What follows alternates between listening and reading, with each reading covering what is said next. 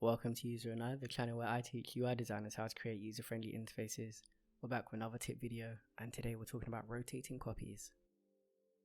So let's say, for example, you wanted to make a loading icon and it was one of those fancy spinners with several circles. How would you go about doing that? So we could do this a couple of ways, and we could pretty much go around and duplicate these circles, and we could make sure they're in a circle, but we don't need to do that. There's a really cool tool in Sketch that allows you to copy a shape and distribute it evenly based on the number of steps. So we have, if we click down here, we have all our transform options, and what we're going to do is we're going to rotate copies. And what it does is that it allows you to select the number of copies, and then it updates the amount of layers you'll have afterwards. So we're going to go for 6. Perfect.